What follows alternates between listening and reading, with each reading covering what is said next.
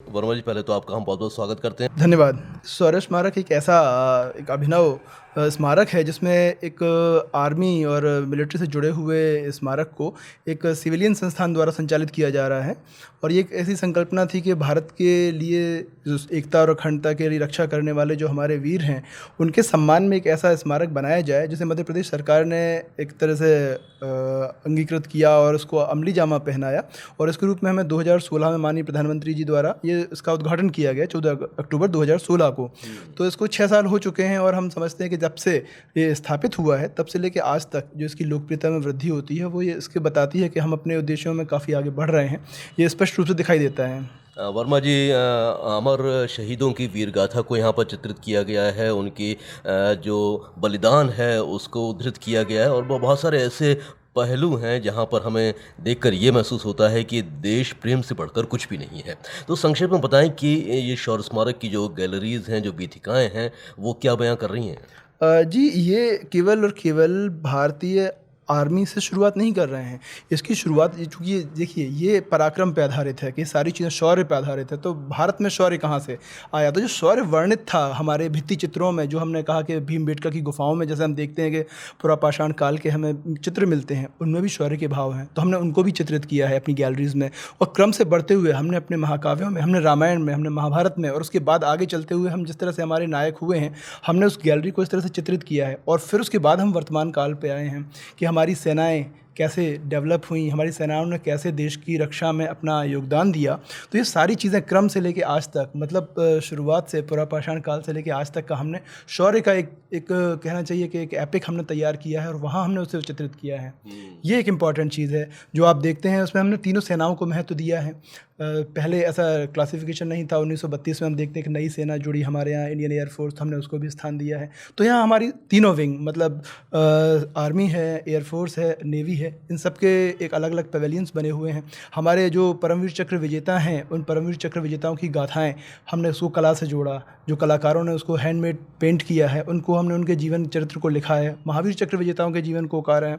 इसके बाद हमने आर्मी के साथ जुड़ी हुई चीज़ें आम लोगों को जो बताना ज़रूरी है कि कैसे चीज़ें काम करती हैं, वॉरफेयर में कैसे चीज़ें काम करती हैं, फील्ड में कैसे युद्ध होते हैं, ये एक बताने की कोशिश की है हमने। कुछ वहाँ जो मॉडल्स बनाए हैं वो दिखाते हैं। जैसे हमने बंकर्स बनाए हैं, बंकर्स दिखाते हैं कि आम आदमी को जो नहीं बॉर्डर पर जा पाया है वो देखता है वहाँ बंकर्स कैसे होते हैं। हमने कुछ बहुत महत्वपूर्ण लड़ाइयाँ हैं हमारी, हमने उनके वहाँ डायोरामा बनाए हुए हैं। जैसे बसंतार है, मतलब एक बहुत इंपॉर्टेंट लड़ाई थी, हमने उसका एक डायोरामा बनाया हुआ है। हमने कारगिल को दिखाने की कोशिश की है कि कैसी विपरीत परिस्थितियों में हमारे जवान वहाँ डटे रहकर देश की सेवा करते हैं।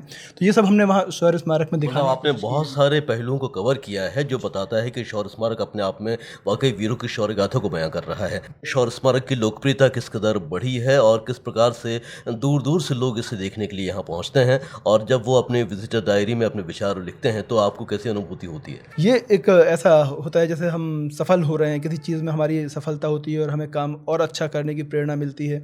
हमारे यहाँ एक आम आदमी से लेकर वीवीआईपीएस आते हैं और वो जब लिखते हैं अपने विचार वहाँ लिखते हैं तो हमें काफ़ी अच्छा महसूस होता है। एक अच्छा तो महसूस होता है, साथ में हमें कुछ और नया करने की प्रेरणा मिलती है।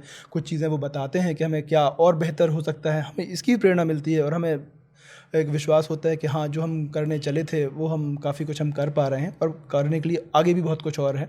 तो वो हमें इस बात की प्रेरणा लगातार इन विजिटर्स के द्वारा मिलती रहती है।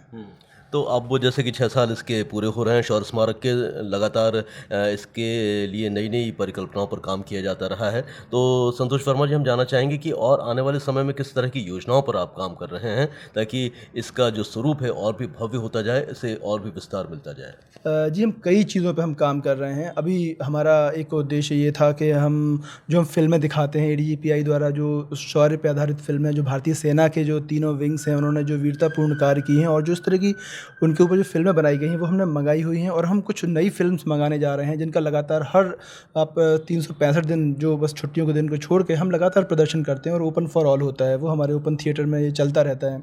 इसके अलावा हम यहाँ एक हमारा विचार है कि हम एक छोटा सा एक पुस्तकालय बनाएँ जो इस तरह की मिलिट्री हिस्ट्री के ऊपर आधारित हो, उस पे भी हम काम कर रहे हैं। हमारे यहाँ एक छोटा सा एक सोवेनियर शॉप है, कुछ किताबों का हमारे यहाँ उपलब्ध हैं। तो हम चाह रहे हैं कि जो लोग यहाँ आते हैं उनको ऐसे प्रकाशन हम उपलब्ध करा सकें। ये सारी व्यवस्थाएं चल रही हैं। इसके साथ साथ जो पब्लिक फैसिलिटीज़ हैं उनमें भी हम वृद्धि कर रहे हैं और हम कोशिश कर रहे हैं कि जो है आने वालों को और ज़्यादा सुविधाएं मिलें और कहीं ज़्यादा जानने का मौका मिले। तो ऐसी इंफॉर्मेटिव सिस्टम्स को हम और तगड़ा करने का और तेज़ करने का हम कोशिश कर रहे हैं। और अब हम जानना चाहते हैं कि शौर्य स्मारक को यदि कोई देखने आना चाहता है और उसकी गैलरी में घूमना चाहता है, बहुत सारी बातों को जानना चाहता है, तो क्या व्यवस्था है? प्रवेश की क्या प्रक्रिया है? और क्या यहाँ पर कुछ आपने गाइड की व्यवस्था भी की है जो पूरी जानकारी दे सके? जी, यहाँ जो रेगुलर टाइम है केवल बुधवार को अवकाश रहता है। यहाँ जो हमारा साप्ताहिक अवकाश है वो बुधवार को है, शेष दिनों में खुला रहता है। इसके अलावा एक साधारण सा टिकट है जो 20 रुपये का एक टिकट होता है। बाकी ग्रुप्स में टिकट आधा हो जाता है, बच्चों के लिए छूट है। और जो आर्मी से जुड़े लोग हैं उनको भी यहाँ फ्री है, कोई टिकट नहीं लगता, उनका प्रवेश फ्री है। इसके साथ हमने किया कि हमारे पास जो प्रशिक्षित जो हमारे गाइड हैं वो उपलब्ध ही हैं, साथ साथ में हम यहाँ ऑडियो गाइड की सुविधा भी उपलब्ध कराते हैं। तो आप एक नॉमिनल शुल्क दे के वो ऑडियो गाइड आप अवेल कर सकते हैं। तो गैलरी में जितने भी लगे हुए हैं सब इलेक्ट्रॉनिक इक्विपमेंट्स जुड़े हुए हैं, वो आपको ऑडियो गाइड की सुविधा आपको स्वतः ही उपलब्ध करा देंगे। तो ये सारी चीज़ें हर एक पैनल के ऊपर ऑडियो गाइड की सुविधा उपलब्ध है। तो आप अपने हेडफोन के जरिए वो अवेल कर सकते हैं, वहाँ पे ये सुविधा उपलब्ध है। मतलब आपने बहुत सारी चीज़ों को यहाँ पर रखा है जानकारी देने के लिए। और इससे पहले कि हम बातचीत को ख़त्म करें, संतोष जी, आप हमारे सुनने वालों से क्या अनुरोध करना चाहते हैं इस बातचीत के माध्यम से? कभी भी शौर्य स्मारक भोपाल की एक पहचान केवल भोपाल की नहीं है, एक हमारे मध्य क्षेत्र में एक ऐसा विशिष्ट स्मारक है जो एक अपने तरह का अनूठा है।